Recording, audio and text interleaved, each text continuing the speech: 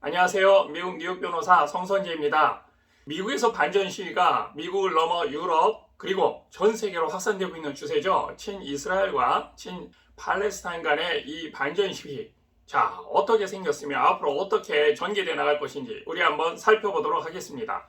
미국에서 일어나고 있는 이러한 반전 시위, 미국의 하버드, MIT 등 미국의 주요 명문대학에서 시작이 됐죠. 그것뿐만 아니라 전 미국으로 번지고 있는데요. 이런 반전 텐트 농성 시위대에 최후 통첩을 가해서 지금 긴장이 고조되고 있습니다. 대학 측은 자진 해산에 불응할 경우 정학을 시키겠다고 경고하고 있습니다. 졸업식을 앞두고 강경 모드인데요. 자, 콜롬비아 대학에서는 이번에 정말로 극히 이례적으로 졸업식을 취소했습니다. 그러나 지금 이것이 표현의 자유와 또한 혐오의 표현이다. 이 두 가지 관점에 있어서 큰 충돌이 일어나고 있는데요. 시카고 대학 등 일부 대학에서는 교수진이 시위대를 옹호해서 강제 해산할 경우에 우리가 학생들을 보호하겠다. 이렇게도 얘기하고 있습니다. 자, 시작해 보겠습니다. 미국 대학 캠퍼스에서 가자 전쟁 반대 텐트 농성 시위가 이어지고 있는 가운데 시위대의 해산을 둘러싸고 학내 갈등과 긴장이 고조되고 있습니다. 이것은 미국 전역으로 들불처럼 번져서 또한 유럽으로까지 번지고 있습니다. 이스라엘의 네타냐후 총리가 가자 지구에 전격적으로 다시 또 공습과 함께 지상전이 시작되려고 하고 있습니다. 가자 지구에 지금 갇혀있는 약 150만 명의 팔레스타인인들의 인권의 문제, 생명의 문제가 지금 문제가 되고 있습니다. MIT의 셀리 컴블루스 총장은 교내 시위대에 대해서 철수하지 않을 경우에 즉각적으로 정학 조치를 취하고 이미 징계 전력이 있는 학생의 경우에는 가중해서 징계할 방침이다. 이렇게까지 경고했는데요. 이어서 하버드 대학도 마찬가지로 이날 농성 텐트 시위대를 향해서 철수를 요구하며 이에 따르지 않을 경우 똑같이 정학 등 징계 조치에 직면할 것이라고 했는데요. 앨런 가버 하버드대 임시총장은 텐트 농성의 지속은 우리 대학 교육 환경에 상당한 위험을 초래하고 있다며 시위에 참가하거나 시위를 장기화하려는 학생들은 정학 등 징계에 회부될 것이다. 이렇게 말했습니다. 이렇게 미국 동부의 명문대에서도 친팔레스타인 학생들의 가자 전쟁 반대 텐트 농성이 이어지고 있는 가운데 대학 측이 연중 최대 행사인 졸업식을 앞두고 시위를 끝내고자 최후 통첩에 나선 것으로 풀이되고 있는데요. 앞서서 뉴욕의 콜롬비아 대학도 4월 29일 날 오후까지 농성장을 해산하라고 최종 시한을 통첩한 뒤에 자진 해산을 거부한 학생들을 상대로 예정대로 정학 조치에 들어간 바 있습니다. 이 학생들은 콜롬비아대 캠퍼스 건물인 해밀턴홀을 기습 점거했지만 하루 만에 경찰이 진입해서 점거, 농성자 등 시위대 100여 명을 체포했습니다. 그래서 콜롬비아 대학은 말이죠. 5월 15일로 예정된 전체 졸업식에 참석하는 공식 졸업식 행사를 취소했습니다. 전격적으로 취소했습니다. 그런데 말이에요. 이게 미국 동부의 명문대학뿐만 아니라 서부에도 이 격렬한 반전 시위가 이어지고 있는데요. 바로 로스앤젤레스에 있는 USC, 서던 캘리포니아 대학도 역시 거센 시위가 지속되면서 공식 졸업 행사를 취소했고 약 90여 명이 체포되었습니다. 남부에 있는 또한 조지아주의 애틀란타의 에모리 대학에서도 경찰이 시위대의 텐트를 강제 철거하면서 물리적인 충돌이 빚어졌고 수십 명이 연행된 바 있습니다. 버지니아 대학에서도 5월 4일 날 해산을 거부한 농성 텐트촌에 경찰이 투입돼 25명이 연행되기도 했습니다. 대부분의 대학이 바로 5월 초에 졸업을 합니다. 이러한 졸업식을 앞두고 텐트 농성자들을 상대로 강경한 대응에 나선 가운데 일부 대학에서는 교수진이 반전 시위 학생들을 옹호하고 나서기도 했습니다.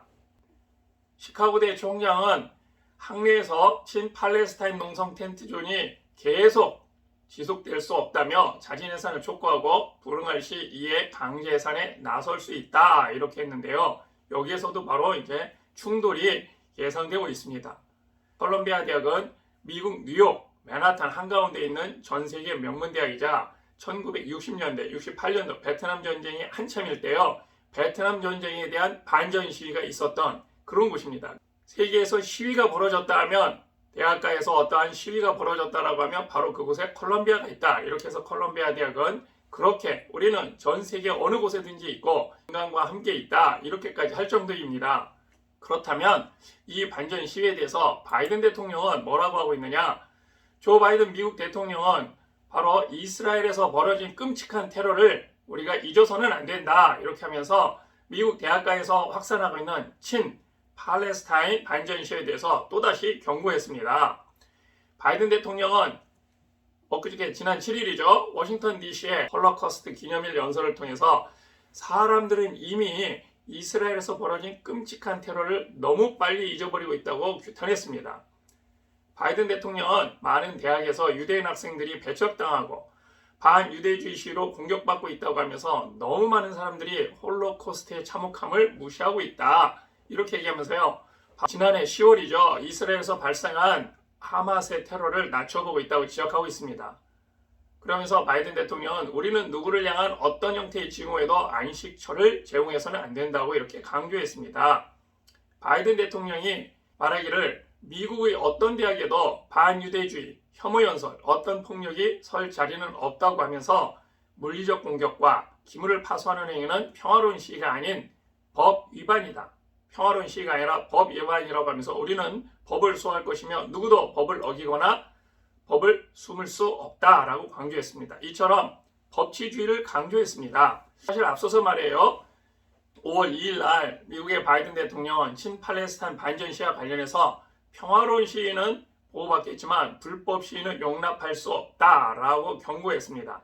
바이든 대통령 입장에서는 미국 젊은이들로부터 전폭적인 지지를 받고 있습니다. 그래서 이번에 미국 대학 내에서 벌어지고 있는 반전 시위에 대해서 이것을 한편으로 표현의 자유냐 아니면 이것은 혐오의 표현이기 때문에 반유대주의의 표현이기 때문에 이 부분이 양립할 수 없다라고 하는 이런 부분들에 대해서 바로 올 11월에 있을 미국 대통령 선거를 앞두고 자기 지지자들 사이에서 내분이 일어난 셈입니다. 그래서 어느 한편도 편을 들기가 사실 좀 어렵다 뭐 이런 얘기도 하고 있습니다. 그래 이런 부분 때문에 굉장히 애매모호한 입장을 취했는데 바로 최근에 와서는 여기에 대해서 강경한 입장을 취하고 있습니다. 이것은 반유대주의고 법치주의를 확립해야 된다 이렇게 얘기하면서 바이든 대통령은 우리는 질서가 승리해야 한다.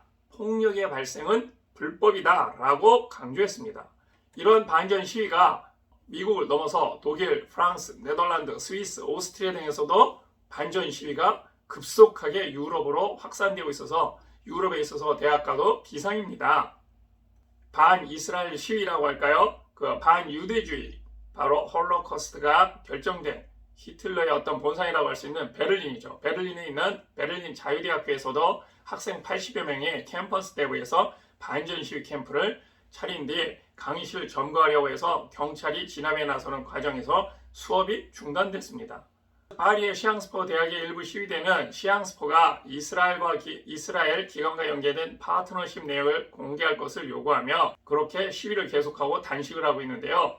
그 인근에 있는 역시 명문대학인 소르본 대학에서도 가자지구 반전 시위를 위해 경찰이 원형극장을 점거한 100명의 학생들을 강제 해산시켰다고 합니다. 이렇게 들불처럼 번지고 있는 이 반전 시위에 대해서 우리가 좀 더 자세히 알아보고 그렇게 할 필요가 있겠습니다.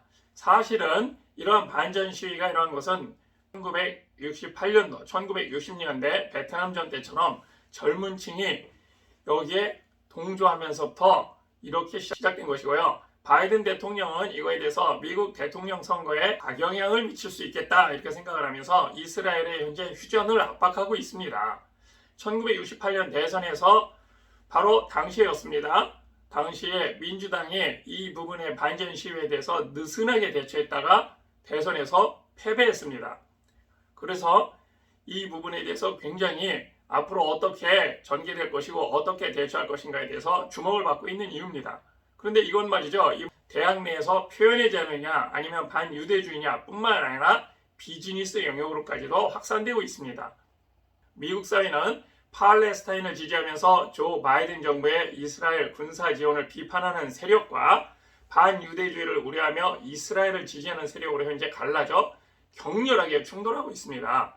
이 문제를 둘러싸고 민주공화당 내 당대 당 정략적 공방이 거세지는 한편 민주당은 내부 분열과 청년 유권자들의 바이든 정부 지지 이탈로 11월 대통령 선거에서 재선을 노리는 바이든 대통령의 타격을 입을 수 있다는 그렇게 보고 있습니다.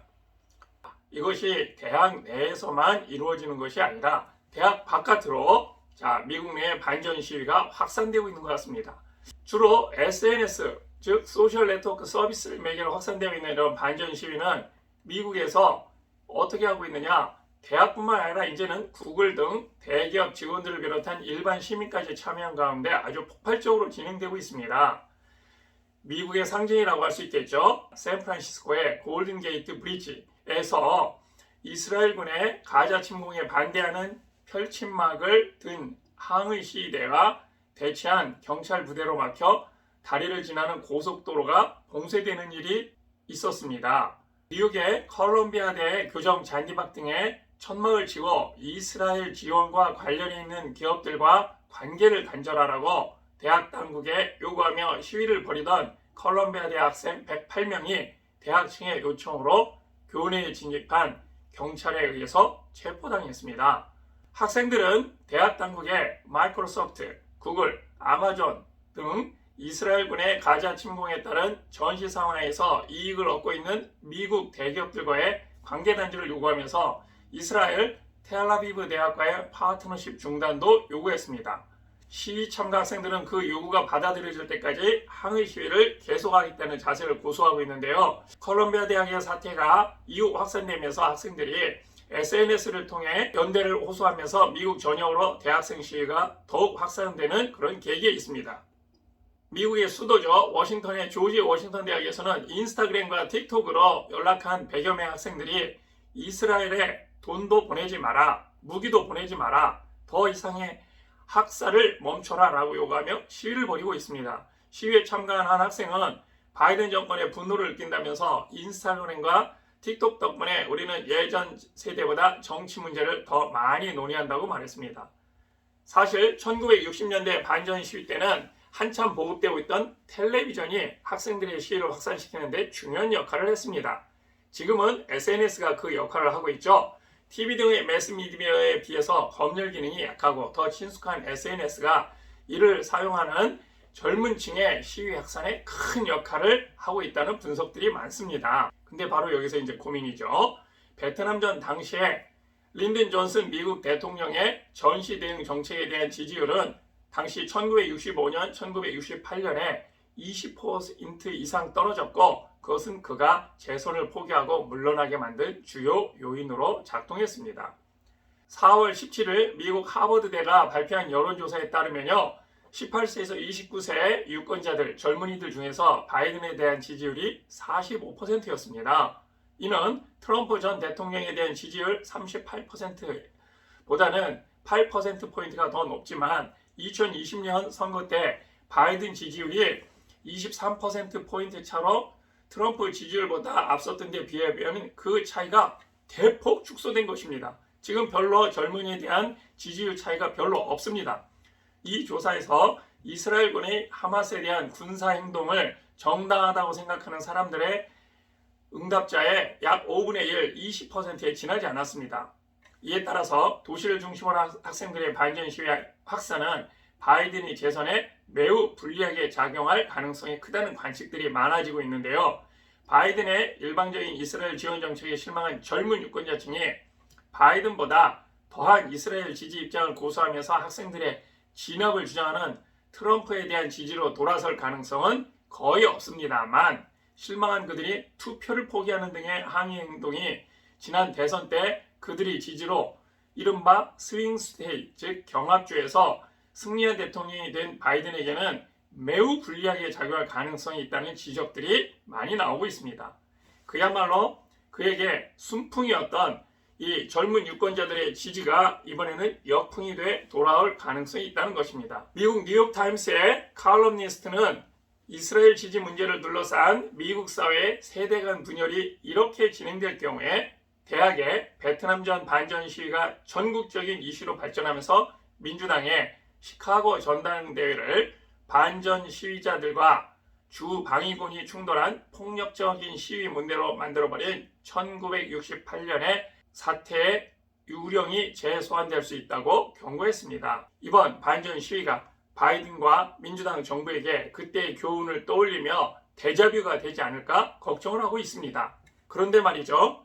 지난 4월 미국 콜롬비아 대학에서 시작된 반전 시위가 미국 전역으로 확산되고 지금 5월을 기점으로 해서 다시 유럽에 폭발적으로 확산되고 또한 오세아니아에 있는 호주까지 더 전 세계로 넘어서 확산되고 있는 그런 와중인데요. 아직까지 아시아에는 잠잠합니다. 특히 이제 우리나라, 일본, 중국에서는 그것을 기대하기 어렵겠죠. 지금 일본이나 한국, 특히 우리나라 같은 경우에 있어서도 굉장히 잠잠한 상태입니다. 우리는 국제적인 이슈나 문제에 있어서 굉장히 보신적인 그런 입장을 취하고 있는데요. 한편으로는 실리적이라고 할 수도 있습니다만은 이런 부분에 있어서 어떤 입장도 취하고 못한 입장입니다.